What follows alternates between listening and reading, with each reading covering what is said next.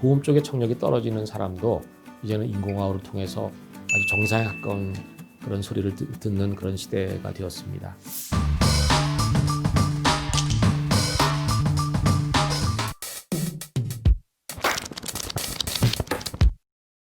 안녕하십니까, 조정명 원장입니다. 이번 시간에는 인공와우 수술에 대해서 알아보는 시간을 갖도록 하겠습니다. 이 청각 장애가 생기게 되면은 여러 가지 이유로 이 청각 세포들이 기능을 못하게 되니까 외부에서 들어오는 소리를 신경에 넣어주지 못합니다. 그래서 인공와우 임플란트를 통해서 소리를 유모세포 대신에 청신경에 넣어주는 그런 방법이 발전이 됐습니다. 이것은 과거에 해부학적인 그런 지식, 그 다음에 생리학적인 지식, 청각학적인 지식 이런 것들이 다 융합이 돼서 인공와우 수술이라고 하는 그런 획기적인 수술로 발전이 됐습니다.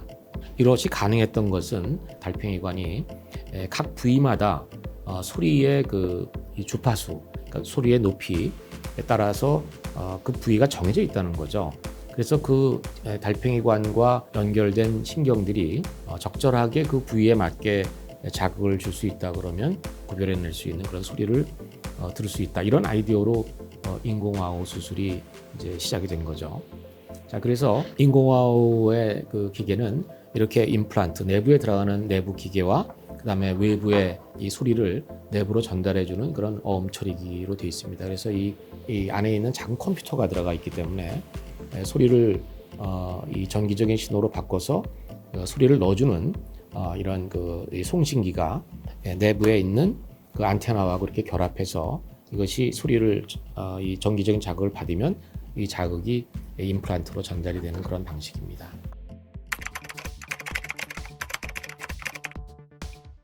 처음에는 이미 말을 다 배우고 성인이 된 후에 청력을 잃어버린 그런 경우에 이제 이 수술을 적용을 했고 매우 성공적인 결과를 갖고 그 다음에 이제 어린 아이들한테 적용을 하기 시작했습니다. 그래서 이미 한 30년 전부터 어린 아이들에 대해 수술을 적용해서 처음에는 4세, 5세 정도 나이에서 3세, 2세, 지금은 이제 늦어도 12개월 이내에 수술하는 그런 수술로 발전이 됐습니다.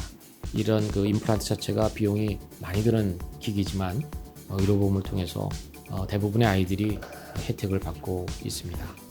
지금까지 과거 한 40년 동안에 인공와우는 눈부시게 발전이 돼서 지금은 상당한 청력을 갖고 있는데도 불구하고 일부 그 소리를 전혀 못 듣는 그런 부분이 있는 환자들한테, 이거 부분난청이라 그러는데 그런 환자들한테도 적용하는 그런 수술로 발전이 되고 있습니다.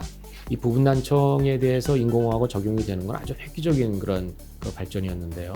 이 청력이 주로 고주파수 쪽에 소리를 잃어버리는 게 대부분입니다. 다시 말해서 이 저주파수 쪽, 저음에 해당되는 영역의 소리는 어느 정도 남아있는 경우가 많기 때문에 보청기를 통해서 이것을 청력을 끌어올리는 데는 저음 쪽의 청력을 올리는 것은 상당히 효과적입니다. 그러나 고음의 청력을 끌어올리는 것은 보청기로 상당히 그 어려움이 있어 왔기 때문에 저음 쪽의 청력은 보청기로 소리를 듣고 이 보청기가 커버하지 못하는 고음 쪽은 인공와우로 하는 하이브리드 방식의 그런 인공와우 수술이 발전이 됐습니다. 이런 것들이 이제 최근에는 고음 쪽의 청력이 떨어지는 사람도 이제는 인공와우를 통해서 아주 정상에 가까운 그런 소리를 듣는 그런 시대가 되었습니다. 일반적으로 인공와우 수술을 받으면 굉장히 좋은 결과들을 많이 보이고 있습니다. 그러나 왜 검사를 해보면은 어떤 그룹에서는 거의 90점, 100점에 가까운 그룹이 있는가 하면 어떤 그룹은 50점, 어떤 그룹은 20, 30점도 안 되는 그런 그룹이 나타납니다. 그래서 일반적으로 인공와우는 다 도움을 주지만 그 도움의 정도가 상당히 개인차가 있다는 거죠. 그래서 그것이 뭐 때문에 이런 차이를 보이는가, 그것에 대해서는 여러 가지 연구들이 많이 돼 있는데 가장 중요한 것은 이 환자의 의지, 그리고 어린아이들 같은 경우 부모들이 얼마나 적극적으로 서포트를 하는지, 그 다음에 아주 체계적인 재활 과정, 그 다음에 수술을 아주 적절하게 잘 받는 그런 것들이 이제 가장 중요한 요소로 알려져 있습니다. 보통 이제 그 청각 장애로 아이들이 태어나게 되면은 그 아이가 이제 청력이 조금씩은 남아 있죠. 그런 경우에 이제 보청기를 써서 청각 재활을 받게 되는 경우와 인공화호를 받게 되는 경우를 이렇게 비교해 보면은 보청기는 조금 발전이 돼도 뚜렷한 정상과 상당한 갭을 보여줬지만 인공화호를 통해서는 정상과 비슷한 패턴으로 발전된다는 것을 우리가 알 수 있습니다. 이제까지 나와 있는 모든 데이터들을 결론을 종합해 보면은 인공화호는 언어를 인식하는 능력은 굉장히 좋다.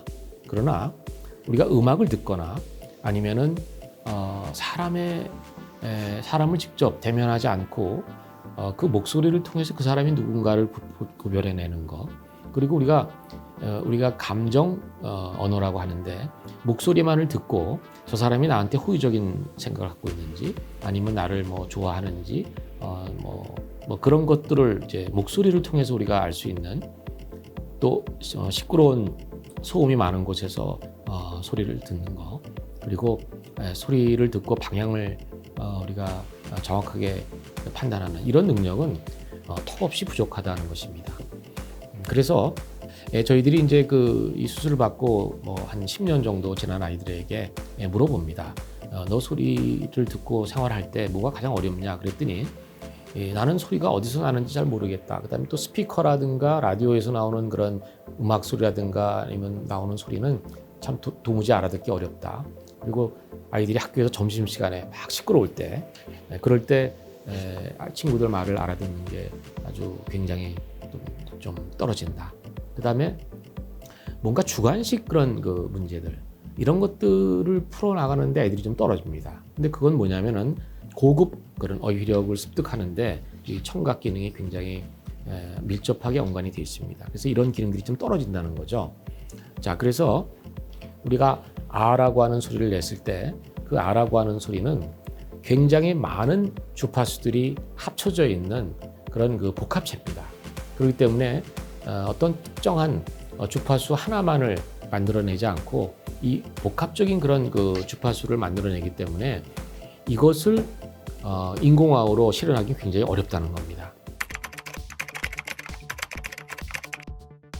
최근에 한 5년 정도부터는 한 20-30년 동안의 발전에 비해서는 발전 속도가 이런 부분에서 굉장히 한계가 있습니다. 그래서 이런 것들을 그러면은 우리가 할 수 없는 부분인가? 그것이 아니라 이것을 이제 극복하기 위한 여러 가지 방법들을 이제 이런 전문가들이 만들어내고 있는 것인데, 그 중에 하나가 이제 하이브리드 임플란트라고 하는 EAS라고 하는 Electrical Acoustic Stimulation이라고 하는 것이 있는데, 이거는 인공화호, 기존의 인공화호에다가 보청기를 일부 결합해서 하는 그런 방식으로 사용을 하고 있고요. 청력이 좀 남아있는 쓸만한 부분이 부분적으로 있는 경우에는 그것을 이제 보청기라든가 이런 걸 통해서 활용을 하면 인공화호가 갖고 있는 그 한계를 극복할 수 있다는 것입니다. 그리고 요즘에는 이제 인공화호가 이렇게 두 파트로 외부 장치가 있는 것이 아니라 이렇게 싱글 유니트 한쪽으로 하나로 이렇게 결합된 이것을 이제 자석으로 이렇게 붙이게 됩니다.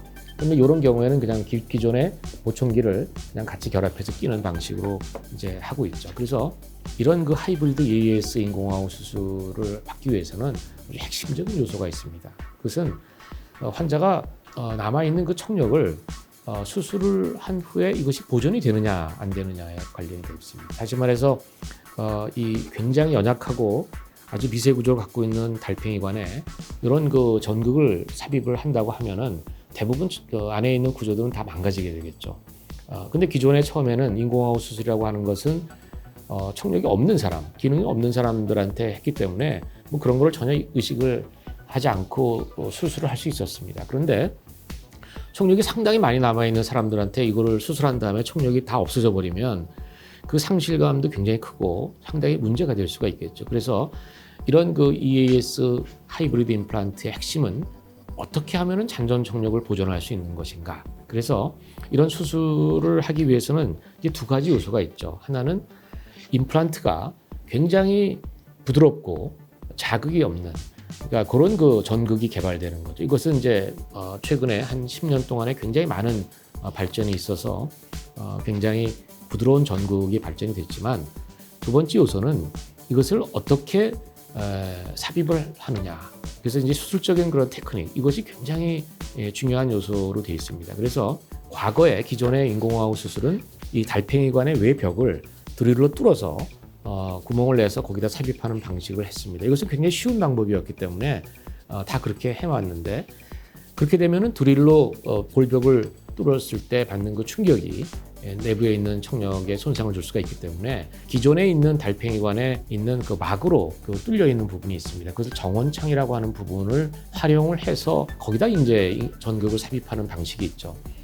근데 그것은 문제가 이 정원창이라고 하는 구조가 3분의 2 정도 환자들에서는 굉장히 쉽게 찾을 수가 있는데 나머지 한 3분의 1에서는 굉장히 찾기가 어렵다는 거죠. 그래서 이것을 노출시키기가 어렵기 때문에 이것이 굉장히 상당한 테크닉이 필요하다는 거, 그리고 이것이 과연 모든 환자한테 이것이 가능한가, 그런 것들에 대한 논란이 있었습니다. 그러나 저희가 굉장히 많은 수술들을 해오면서 이것에 가장 적합한 그런 수술 방법들을 찾았고, 제가 과거 한 10년 동안 거의 1000케이스 가까운 경우에서 거의 100%의 정원창 수술이 가능하다는 걸 확인했습니다. 그래서 그런 것들 통해서 이 수술이 충분히 가능하기 때문에 지금 이렇게 수술을 해도 수술 전과 수술 후의 청력이 거의 유지가 잘 될 수 있다 그러면 이런 하이브리드 임플란트는 아주 성공적으로 적용할 수가 있습니다. 두 번째 방법은 한쪽 귀 갖고는 부족한 것을 양쪽 귀로 사용하라는 것이죠. 그래서 양쪽 귀는 인공아우를 하나만 사용할 때 하고 그 다음에 보청기를 같이 결합했을 때는 보청기를 얼마나 적극적으로 쓰는지에 따라서 비례해서 청력이 좋아진다는 것입니다. 그래서 청력이 좀 남아있으면 보청기, 그 다음에 청력이 남아있지 않는다. 그런 경우는 인공아우를 양쪽 귀에 하는 것이죠. 그래서 한쪽 귀에 했을 때랑 양쪽 귀에 했을 때 결과를 비교해 보면 월등히 양리의 인공아우를 사용하는 것이 좋고요. 그 다음에 어린 아이들 경우에는 지금은 상당히 많은 아이들이 양쪽 귀를 동시에 수술을 하게 되고요. 그래서 지금 보험도 19세 미만의 아이들의 경우에는 정부에서 인공아우 수술을 양쪽 보험으로 지원해주고 있습니다. 그 다음에 세 번째로는 음악을 듣는 것입니다. 되게 인공아우 수술 받은 사람들은 처음엔 음악을 거의 듣질 않아요. 왜냐하면 음악 소리가 너무 이상하게 들리고, 그리고 청력 장애를 오래 갖고 있었거나 그런 경우이기 때문에 나는 음악하고는 관계가 없다 이렇게 생각을 하는데, 실제로 음악을 듣는 것은 음악 자체를 듣는 것도 필요해서 중요하지만 언어를 듣는데 음악을 듣는 능력을 키워주면은 언어 듣는 능력이 굉장히 탁월하게 올라간다는 거죠. 실제로 음악가들이 여러 가지 그 악기들 중에서 연주가 될 때 특정한 악기가에서 나오는 소리만 이렇게 선택적으로 들을 수 있는 능력들이 굉장히 좋은데, 이런 전문 음악가들이 이상스럽게 굉장히 시끄러운 곳에서 대화하는 능력이 다른 사람보다 좋다는 그런 연구 결과들을 알게 됐습니다. 그래서 음악 소리를 구별하는 할 때 뇌가 어떤 똑같은 높이의 악기가 예를 들어서 그 동시에 연주가 됐을 때 그 소리를 따로따로 구별할 수 있는 능력을 그걸 판단하는 뇌의 시스템이 시끄러운 곳에서 소리를 들을 때 그것을 말소리를 구별하는 시스템과 동일한 시스템을 활용한다는 거죠. 그래서 음악적인 그런 훈련을 시켰을 때 시끄러운 소음에서 소리를 듣는 능력이 훨씬 좋아진다는 겁니다. 자, 그 다음에 마지막으로 이 인공아우 수술이라고 하는 것을 개인 맞춤식으로 하라는 말씀을 드립니다. 다시 말해서 인공아우 수술이라고 하는 거는 보청기나 이런 방법으로 안 됐을 때 방법이 없으니까 그냥 인공아우 하자 이렇게 하는 수술이 아니라 다양한 형태의 그 방법들을 조합해서 결정해야 된다는 것입니다. 그래서 다시 말해서 그 사람이 남아있는 청력이 비록 충분히 사용할 수 없는 청력이라고 하더라도 그 청력을 어떻게 활용하느냐가 지금은 이 소리를 잘 들을 수 있는 굉장히 전략으로 관심을 받고 있습니다. 그렇기 때문에 이런 이 인공아우 수술을 결정을 할 때는 아주 전문가들과 상의해서 내 자신이 지금 현재 어떤 청력을 갖고 있는지를 정확하게 판단하는 것이, 거기에 맞는 방법을 선택하는 것이 중요합니다. 많은 사람들이 나이가 들면서 가장 두려워하는 것 중에 하나가 이제 인지 장애, 치매에 대한 걱정을 합니다. 그건 치매를 어떻게 예방할 수 있는가?